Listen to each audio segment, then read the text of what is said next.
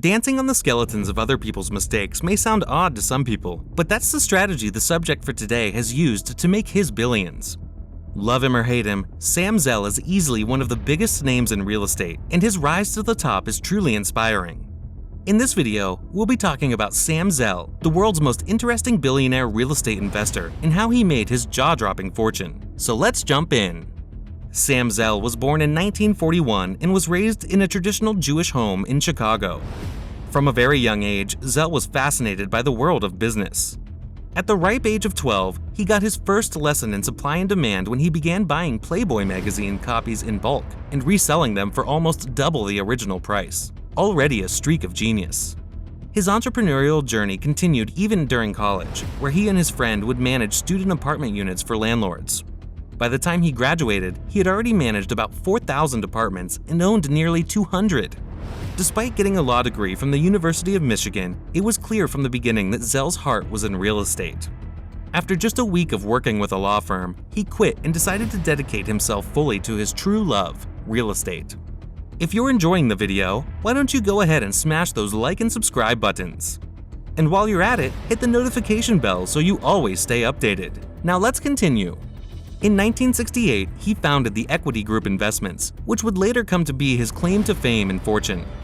During the late 1960s and early 1970s, there was a rush of overbuilding, and this led to a huge market crash in 1973. Due to high loans, many developers abandoned their projects, and this presented Zell with the perfect opportunity. His company could now acquire high-value properties and dirt-cheap rates. By the end of the process, Zell's company had acquired an impressive portfolio of offices, apartments, and retail buildings. And the company did what smart investors do: they held. Eventually, the market went back to normal and buildings exceeded their previous valuation levels. Whatever debt Zell had, he fulfilled from the rents he was collecting from these properties and even made extra money on top of that.